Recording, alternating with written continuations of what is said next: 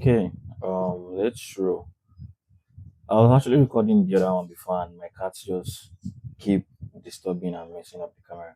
All right, so if you're new here, my name is Yusuf, and I build AI-powered applications, AI agents, AI automations, and I mainly serve business owners, the um mostly service-based business, to cut their cost, their time, and even make them money by using AI to generate clicks. So that's what I do basically.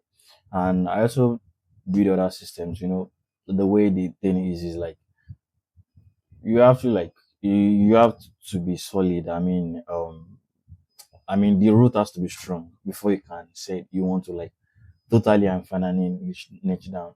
I still take automations that are not about customer service, lead generation, and all. Just and I build other AI powered applications also. So yeah, today is day two that I'm recording to camera and teaching what I've learned in the past and making sure people gain from it.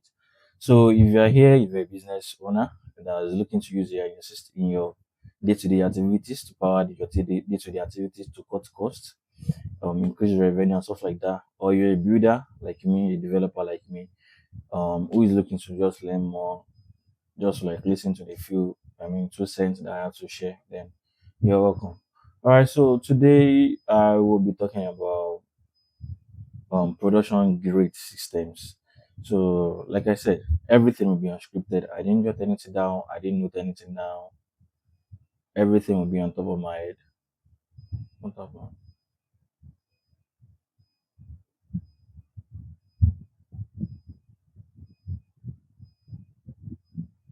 So let me check if I'm still recording. I don't know what happened. Okay, seems we are recording. All right, so like I said, it's going to be scripted. I didn't jot anything out or anything. So yeah, and if you're new here, I have other channel, and which is Yusuf AI agent and automation. So I am doing this. This is it. Yeah, Yusuf AI agent and automation, which is it has been like 10 months now since I posted anything there, and like 8 months or something. Let me check. 10 months, yeah. 10 months was the last time I posted. So coming back to YouTube again to continue recording and on this channel, which is raw and unscripted, then I'll be recording on this other and I'll be recording on this other channel. So I'll be posting videos on this one. So like what this will be production and high quality than the one I'm doing here. Yeah. All right. So yesterday was the intro. If you want to know why I'm making this and also yeah, let's get into it. All right. So what does it actually take to build a production grade system? Before we can actually like talk about that, we need to identify something, which is, do I even need to use an AI in this operation to begin with? Like, is it even necessary to use AI? So, even as an AI guy, I don't automate everything. I only automate what is actually important. And that's the beauty of it.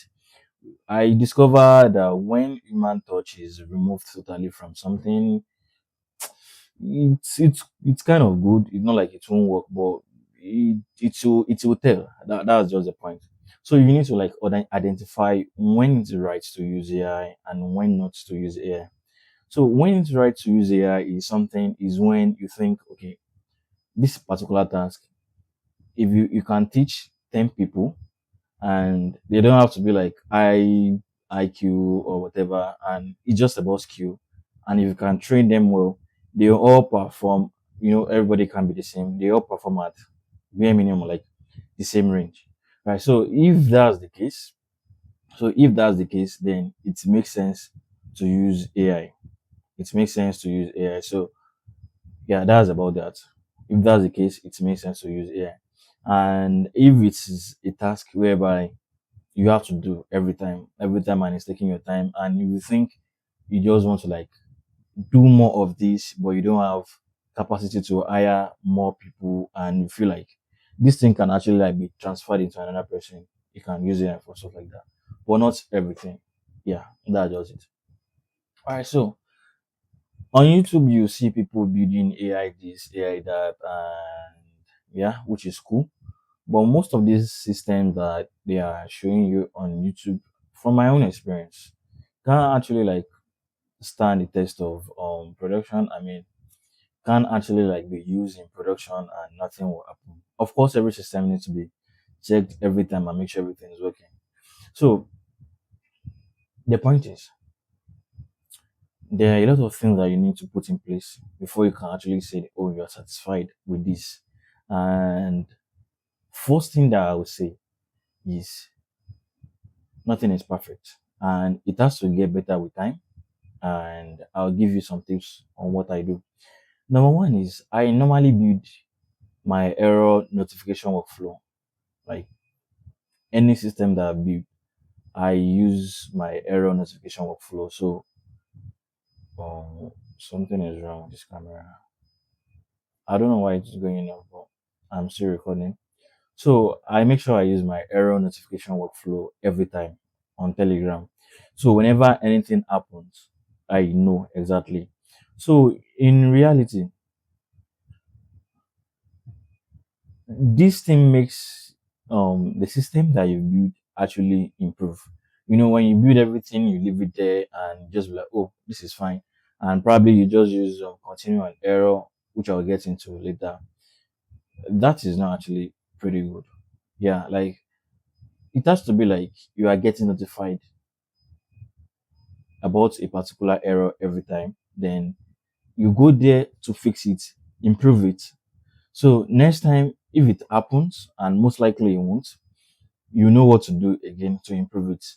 Unlike just building it, no error notification, system failing in the background, either you, the builder, or even your client not seeing any result and be like, this system is not right and all. But if an error notification workflow is actually in place, it is very clean and nice. Like you will know what happened at every point in time, and you can definitely always go back to it and do it. Sorry, this thing is shaking. Okay, you can always like go back to it and fix it. All right, so let me show you what an error notification looks like. Very simple, just like two nodes, and those two nodes you can connect it to like 10, 20, 30 automations, provided they are in the same instance. So let me show my screen and show you what I'm talking about. Um, I probably need to cut some system. I want to show you some client system, so I might have to like remove some parts. So the light is out again. So I might have like remove some parts from the video. I mentioned it yesterday. It has been fluctuating like every 20 minutes.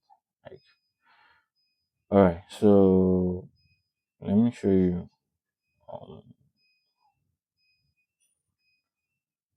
okay, let's go here. Um, okay, you know what? I'll pause this video and I'll continue when I'm there. So I think that would be better. So yeah. So here is it is the error flow. Just two simple notes. And before you can actually connect it this way, there's a thing that you must actually have done, which is make sure you set your make sure you set your workflow to stop on error. When you are building a system that you haven't actually like satisfied with it and you are not sure if this will work well or not, like even when people are using the system, I still put it on stop and error just to make sure that over time, like a month, 2 months, 3 months, when I continue to get error, I'll continue to fix it. I don't use continue on error. And if you don't really understand what I'm meant about stop an error and continue on error, so let me zoom in on this and show you what I'm talking about. So like here now, this particular system, this particular node, I had an error here Oh shit. I have to cut that part out. That show my API key. I'm going to cut that part out. So I have an error here. So um which is which is why this system stopped. So if you check the settings, it was continuing on error using an error output. So that's the two ways to do it. Either use stop workflow or continue using error output. The reason why I sometimes I use stop workflow is when the system is actually a background system and it's not like it has a particular UI or something. Let me switch back here. And it's not like it has a particular user interface. It's just maybe a lead nurturing system that is like background, or a call reminder system that you don't necessarily need to like see the output, like have a UI for it. Let's say a call reminder now. The output that the person you are sending the email will get um is just the email or whatever reminder or call. All right. So, but let's say you use anything to power a mini application. So the when the user is using the app, they actually have to know, okay, this thing stopped. So that's when you use stop on error, like stop continue with an output error. All right. So that is about that. So let me show you again. Let me show you so this is how I set it. Continue an error using an output. Continue using error output, or stop workflow. I don't use this. I don't use this.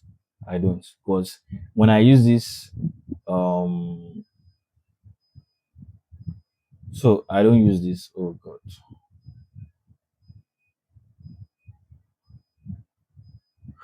I probably need to cut all this thing out because it's showing. Why? It's just a name. So I don't use this. When I use, I'll probably just blur the part out. So when I use this, you don't always know if something is working or something is not working. Everything just pass through and you won't know. So back to the error node. So what is there? It's basically just an error trigger and nothing more. So you just pick your error trigger, you just come here and search.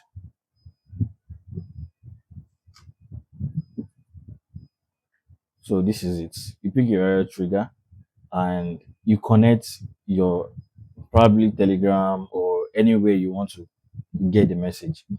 I prefer using Telegram because it's easier to connect and I do get the notification like ASAP. So it's just the name of the workflow, the particular node to know where the error comes from, the actual error that happened, and the time. So then a little message that I just like put in for myself. I understand. So that is just it. So with this, you'll be able to like get the error every time anything happened to you. So I can show you. I'll open my Telegram now and show you how those errors usually come out. Yeah.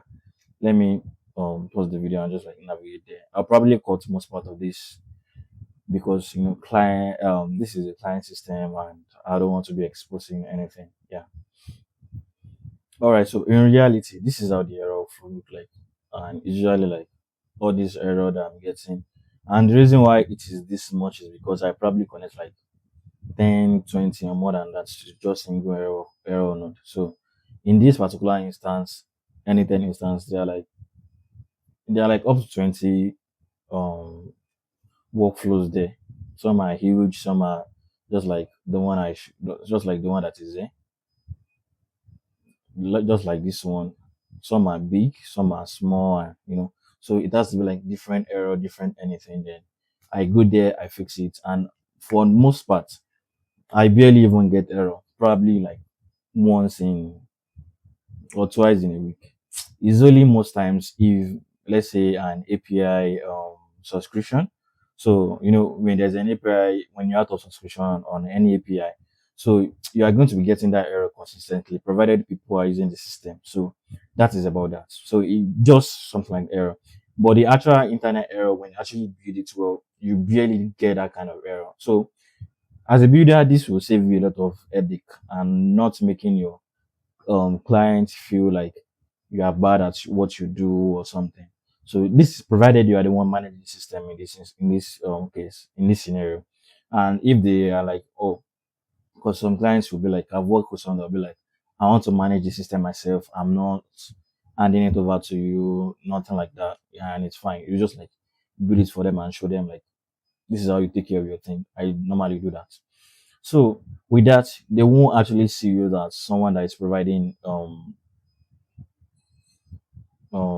they won't see you as someone that is providing a bad service or something like that, that this person is bad at what they do and they are not great. So it won't be like that. So that's about error trigger overflow. So another thing that I notice is when you are building a workflow, when you're building an automation, one of the things that I notice that I normally feel most of the time is the output parser. Yes, the output parser usually filled a lot of time. Like that is what I notice. So, and this happen when the output that is coming out of it is complex and you don't actually write the JSON very well. Even if you attach it to an LLM, you still have visual. That usually happen. So my solution to this, my advice and my opinion about this is make sure you keep the output as clean and easier as possible. Yeah, that usually fix it. Then always make sure you attach your structured output parser to an LLM. Yeah, that is it. So that's about that. So another thing I can pick on top of my head is the security. There is no automation that I will build without actually, even if it is basic authentication or header. So, and this is how you do it. Let me open a instance, then I will show you how you do that. Um,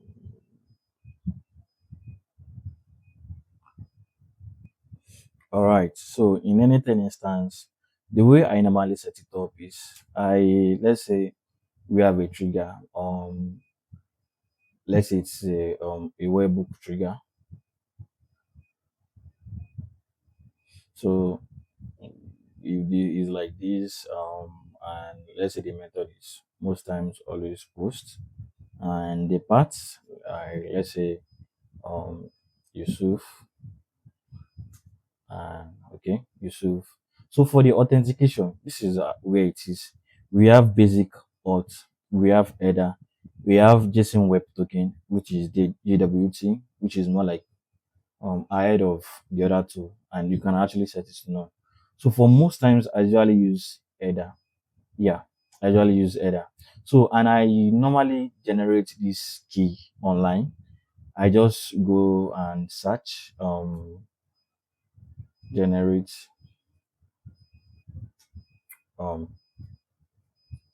token.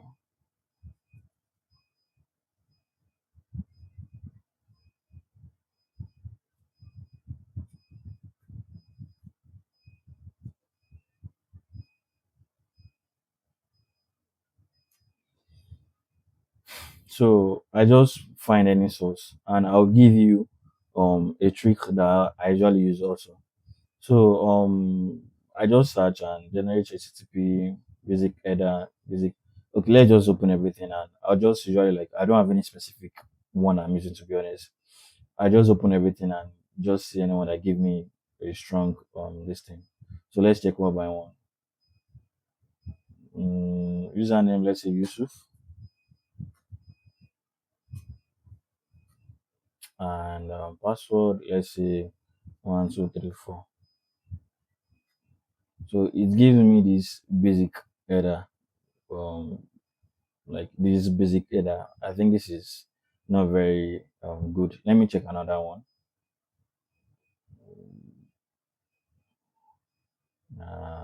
This is too much. Okay, so okay, this is another one that I can always like refresh. Yeah, this is good.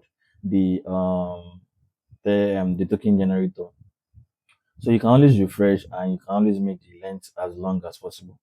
So and I usually make sure I use everything thing possible, every security possible that it is probably hard to crack. So what I usually do is, let's say I generate something like this, and I copy it. All right, and I copy it. I'm going to let's go back to the instance that I'm using. So okay, this is not the one I'm using.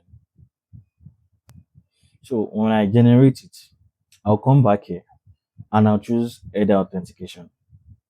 So now I'm going to create a new credential. So let's say I'm building a probably an app or whatever that has a UI or an internal whatever, any kind of workflow. So what I usually do is the name. Let's say the name is Yusuf. Um, let's say the name is Yusuf. Yusuf. What can I call it? Yusuf test. So the name will be like, it depends on what you are sending. So for most times, it's usually like X API key, API key, and the value. The value I usually switch to expression, and I just paste this here. So now I don't just use it like this. I don't use it like this. So I'll come inside, type random things. Come here, type random things. Here, just a lot of random things, and just like write a lot of random things there. So which will be so different from what I actually like copied earlier. So this is what I'll use. I'll now copy this. I'll copy it and save it somewhere. Then I'll now save it. So now, what does this mean? This means if you are sending a request from outside into your webhook, from an external source into your webhook, or anything that you build, or a front end into your webhook, it means if the payload that this particular webhook is going to get doesn't contain that exact key, it won't enter, it will fail. Let me repeat that again. It's just like saying I'm coming through that door and I have my ID with me. If I'm not with my ID, I won't be allowed to let in into the room. So that is how it is. So I just copy like that and save it somewhere, and I make sure that the front end is actually coming with that thing. So that is how I secure the front end. But that's not all. Lately, anything has developed some guardrails, and which I'll probably talk more in future videos, and just like nail it down very well. So I use that to like make sure I secure my system. For most cases, this is always like mono something, not like something that a lot of people use, just like an internal tool and maybe new organization use. Yeah. So I do that.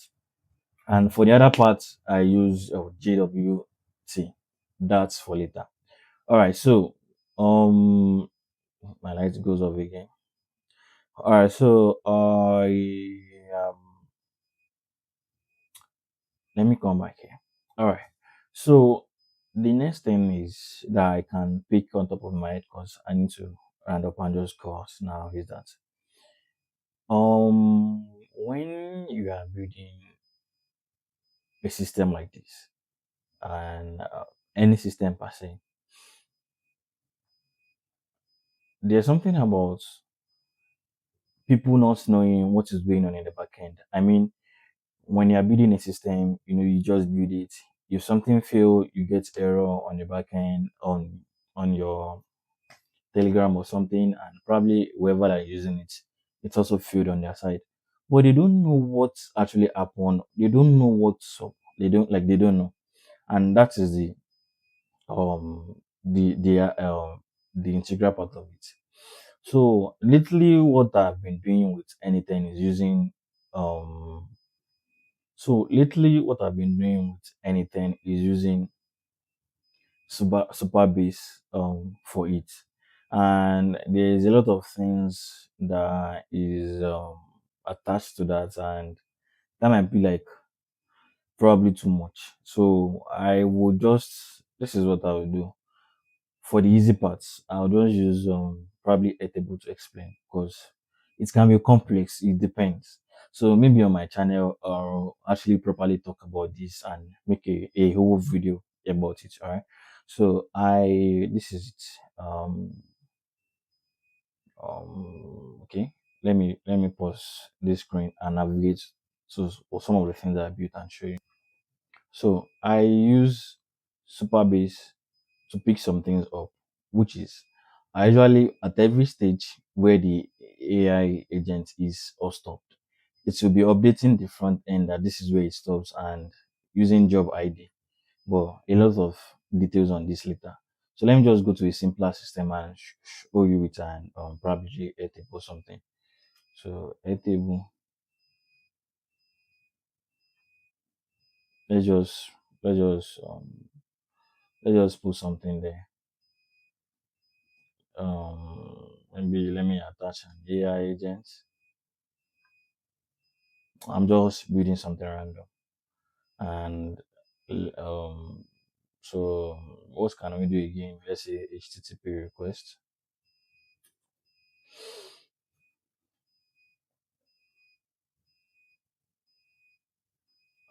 Let's say maybe another code note.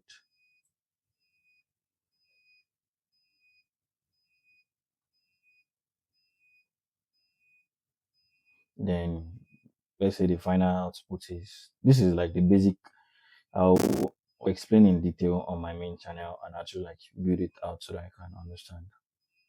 These are the things that I don't actually learn anywhere. I just like yeah, I just do it, and yeah, it has been working well and nice, and it has been making whatever I build look more, production ready and professional, and they get value from it. So let's say this is call it whatever you want. So with this now, let's say the webhook get the request and it start processing it. On the front end, whatever you are seeing is just like you are just waiting for the request that you put in from Airtable to come back on the other end in the um Airtable output, probably on the port on the dashboard. But you can't really know what is going on in the backend. You don't know what is going on. So what I normally do is this particular node, for this case now, using Airtable, create a record. So I'll take this, I'll put it here.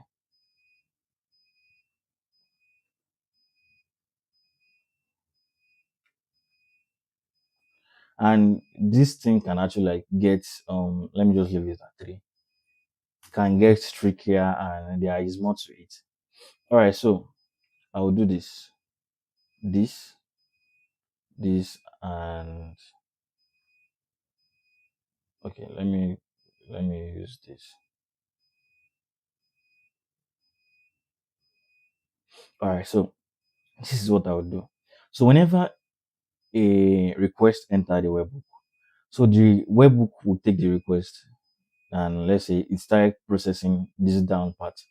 So I usually add something on this upper of the line, which is to update the front end at every stage what is going on.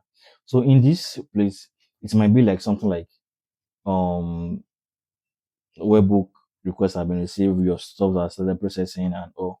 So this will directly update the this will directly update the anything the Airtable front end, the Airtable that you are using. You create another column for it, so you probably call it a status or something like that. Today I'm meant to make video for my main channel. So if you want to know about why I'm making these raw videos and like for this one, you can go to the video that I made yesterday. All right.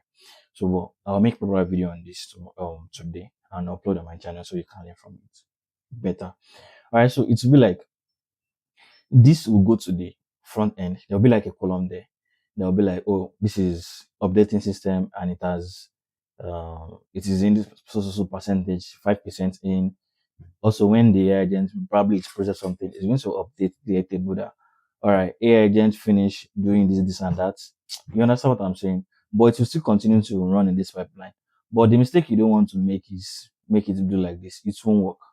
This has to be up, and this has to be the down part of the line. And if you see the other system that might probably like trying to move away the other time, that's why you see the system going down, because the one that is meant to update the front end is meant to be up. So that is it. All right, so I'll just like stop here, and I don't know. This is getting too long already, 30 minutes. So um, yeah. So I'll see you tomorrow. I'm going to upload this today and make some couple of video that I'm meant to put on my main channel today also. So I'll continue there and actually give you properly. So another thing that I want to say is like always like drop like questions into the comment box so that I can always take this thing and answer most of the concern that you have. I'll share my opinion, things I know and stuff like that. So then all good. Yeah, thank you.